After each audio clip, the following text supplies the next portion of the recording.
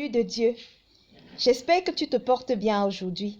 Alors, j'ai un message important aujourd'hui à te transmettre, un message qui me tient particulièrement à cœur. Tu es importante, tu es utile, le monde a besoin de toi. Si tu ne l'as pas encore assimilé, place-toi chaque matin devant un miroir. Regarde ton image, regarde-toi droit dans les yeux et répète, je suis importante, je suis utile, le monde a besoin de moi. Depuis la Genèse, l'homme a attribué à la femme un mauvais rôle. Sous prétexte que c'est Ève qui a pris le fruit défendu et l'a donné à Adam, on qualifie la femme de sorcière, de méchante et on lui attribue le mauvais rôle dans la société. Il se dit même qu'elle est l'incarnation du mal après Satan. De ce fait, la femme a toujours été considérée comme un objet maltraité, piétiné de génération en génération. Heureusement pour nous, nous avons un Créateur juste et amour. Nous avons un Créateur qui ne nous oublie pas. De la même façon qu'il aime l'homme, c'est de cette même façon qu'il aime la femme. Et c'est pour cela qu'il a fait en sorte que le Sauveur de l'humanité, le Roi des rois, vienne sur la terre par le biais d'une femme. Oui, c'est une femme, Marie, qui a mis au monde Jésus-Christ, le Seigneur des seigneurs, le Roi des rois, restaurant ainsi l'image de la femme. Dieu aurait pu trouver un autre moyen de faire venir Jésus sur la terre. Il aurait pu faire en sorte que l'homme, je ne sais pas quel miracle, puisse faire venir Jésus sur la terre. Mais il a choisi la femme parce qu'il voulait restaurer l'image de la femme. Alors, ne sois plus abattu. Reconnais l'importance qui est la tienne. J'aimerais également que nous regardions aussi dans le chapitre de Luc, chapitre 13, du verset 10 au verset 17. Jésus a vu une femme qui était courbée par l'infirmité depuis 18 ans. 18 ans, elle était courbée. Et Jésus l'a redressée. Alors, j'aimerais que tu saches qu'en redressant cette femme, Jésus a redressé chacune de nous. Jésus t'a redressé. Je ne sais pas quelle honte te tient de te faire courber la tête. Je ne sais pas quelle honte te fait baisser la face, mais sache que Jésus-Christ t'a redressé. Jésus-Christ t'a redonné ton honneur. Jésus-Christ t'a remis ta place de valeur. Jésus-Christ t'a remis à la place de l'homme, à côté de l'homme, égal à l'homme. Il t'aime du même amour. Il t'a assigné des mêmes tâches. Si les hommes sont les disciples de Jésus, les femmes le sont également. Si les hommes peuvent apporter la bonne nouvelle dans le monde, les femmes le peuvent et le doivent également. Mais toi, tu me diras que tu n'as pas accès au monde. Peut-être, mais là où tu es, là où tu te trouves, commence à briller, commence à faire de ton environnement le paradis qu'il doit être. Parce que la femme, c'est l'âme de la maison. Tu es l'âme de la maison où tu vis.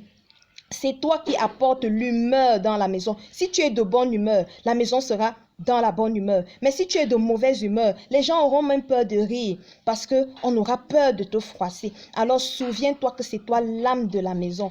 Apporte ce que tu dois apporter autour de toi. Ne serait-ce que la prière. Si ton entourage a besoin de prière, alors prie.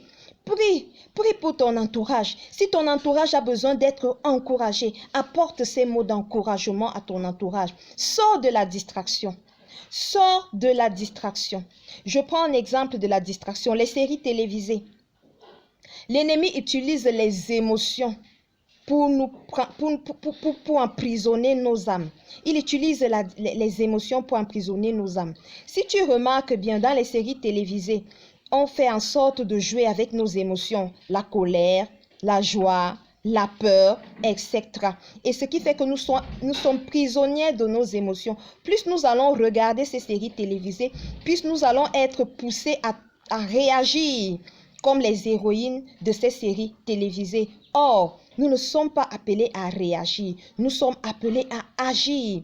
Prenons les bonnes décisions, prenons les bonnes résolutions, adoptons les bonnes attitudes.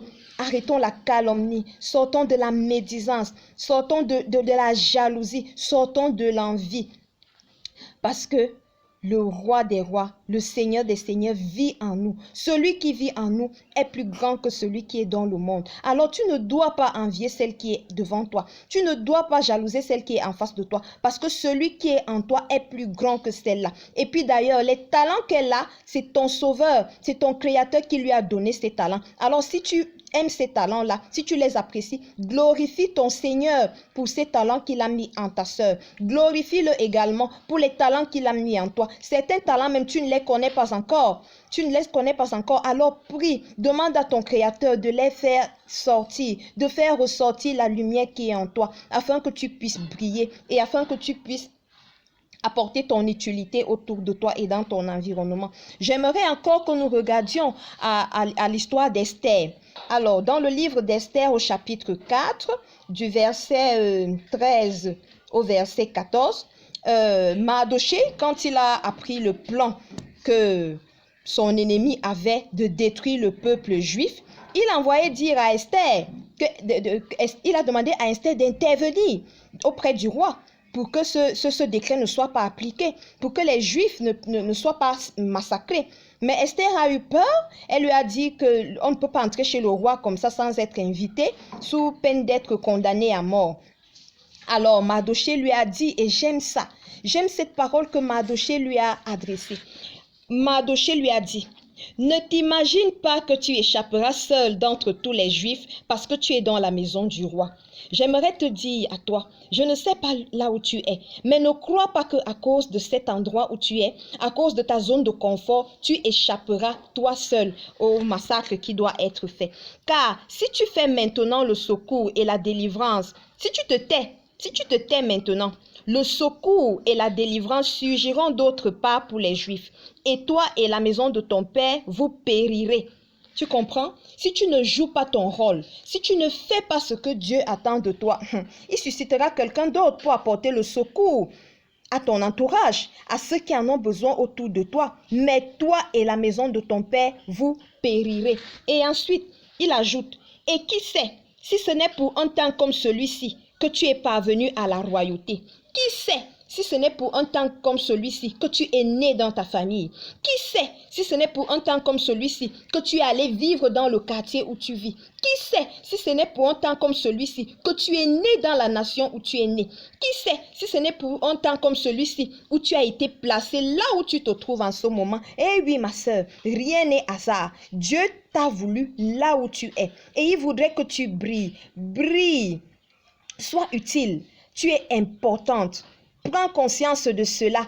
Commence à déclarer la parole de Dieu sur toi et elle agira. Commence à encourager une sœur à côté de toi. Commence à encourager un frère à côté de toi et brille. Fais ce que ton Seigneur attend de toi. Brille, sois son ambassadrice. Délivre la bonne humeur. Distille la bonne humeur autour de toi. Brille parce que tu es importante. Tu es merveilleuse. Fais en sorte que le monde entier le voit. Shalom.